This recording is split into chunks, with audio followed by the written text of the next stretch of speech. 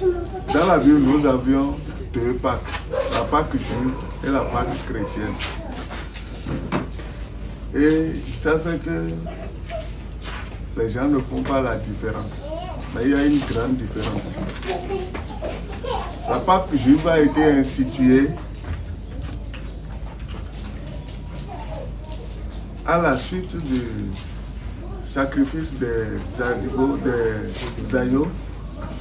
On a pris le sang pour passer devant la maison, les linteaux des maisons des Juifs. Et c'est à l'issue de ça que les enfants, les premiers-nés des Juifs étaient préservés et les premiers-nés des Égyptiens sont tombés morts. Ça a été un coup très dur à Pharaon qui a lâché le peuple. Alors, cet acte-là a accordé la libération au peuple juif qui a déjà fait combien d'années d'esclavage? 400 ans d'esclavage. Donc, commémorer cela, célébrer cela chaque année pour que les générations qui suivent puissent comprendre l'histoire, être enseignées au sujet de l'histoire.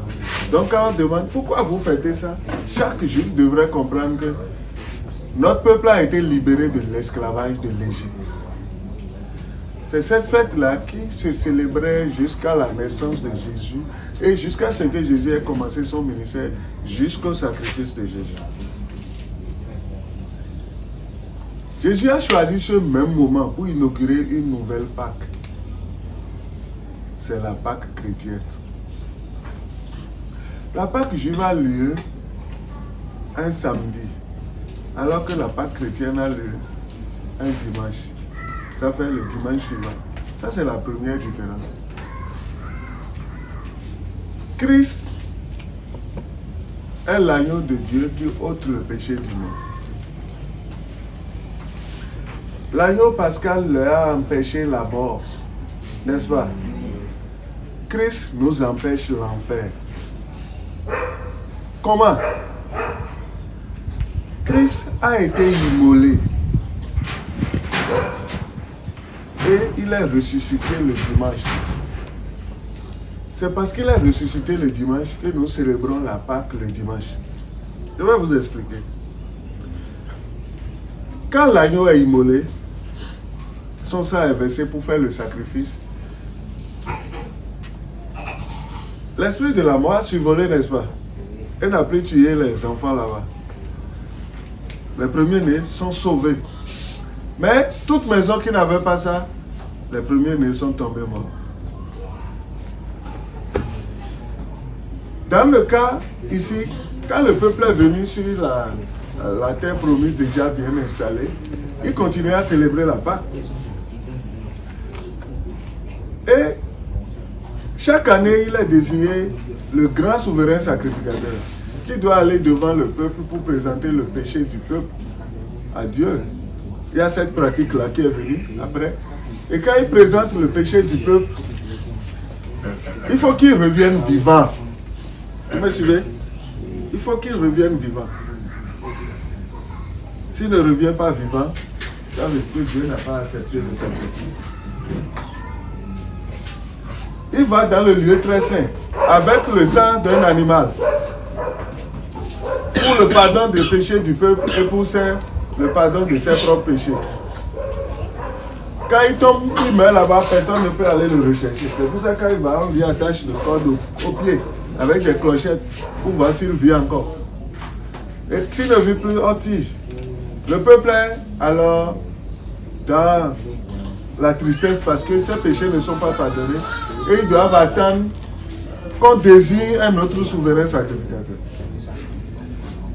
Où je veux aller? Jésus-Christ étant souverain sacrificateur n'est pas allé avec le sang d'un taureau, d'un animal. Il est allé avec son propre sang. Donc, l'agneau pascal, c'est lui. L'agneau de Dieu qui ôte le péché du monde, c'est lui. Le souverain sacrificateur, c'est encore lui. Quand il est allé, il n'est pas allé dans le tabernacle fait de main d'homme, comme dans le cas du sacrificateur du peuple, qui doit aller dans le lieu très saint dans le temple construit par la main d'homme. Christ est allé dans le temple spirituel que la main de personne n'a touché. Et il a offert le sacrifice. Vous et moi, personne ne pouvait assister à ça. Parce que après le vendredi, le samedi était comment?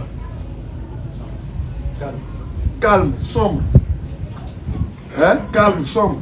Les disciples seraient dans l'attente ou même perdu l'espérance. Il a ressuscité le dimanche. Parce qu'il est ressuscité, il est revenu à la vie. Alors, c'est la preuve que Dieu a accepté son sacrifice. Le souverain sacrificateur, après avoir fait le sacrifice, est revenu auprès du peuple. Gloire à Dieu, alléluia. C'est pour ça que nous célébrons la Pâque le dimanche. Est-ce que vous m'avez compris? Est-ce que c'est la même chose? Nous n'étions pas en esclavage en Égypte, vous et moi. Mais on était en esclavage de quoi? On était en esclavage du péché. Et le péché allait nous conduire où? En enfer. Et parce que nous avons cru dans ce sacrifice de Jésus, l'enfer, la condamnation de l'enfer est ôtée de dessus de notre tête. Ceux qui n'ont pas cru, ils iront en enfer, s'ils ne croient pas. Mais nous qui avons cru, libérés de cette condamnation. Donc, ce n'est pas parce que les deux Pâques sont dans la Bible qu'il faut confondre. Et plusieurs choses qui est dans la Bible qui concernent les fêtes juives, en réalité, ce sont des préfigurations de ce que Dieu veut faire en Jésus-Christ. Ce qui fait que Jésus choisit le temps pour changer les choses. Vous regardez par exemple la Pentecôte. Cela existait avant. Fête des céréales, des récoltes. Et c'est ce jour que Dieu choisit que le Saint-Esprit arrive pour pouvoir faire la première moisson des croyants, de grandes masses pour l'Église. Pour lancer l'Église. Vous voyez, ça fait un changement. Donc, c'est pas parce que les Juifs fêtent Pentecôte que notre Pentecôte c'est la même chose. Vous avez compris? Donc, c'est ainsi dit sur la Pâque. Donc, je vous envoie à la fête avec tout ce que vous voulez, vous pouvez manger et tout ça. Et la fête, c'est quoi? Christ nous a libérés de l'esclavage du péché et de son venin. Quel enfer! Le venin va nous conduire à l'enfer. Maintenant, il a neutralisé ça et il nous a donné une nouvelle espérance avec Dieu. C'est pour ça on chante. Le Christ est vivant. Alléluia. Le Christ est vivant. Alléluia. Ok, je vais m'arrêter là.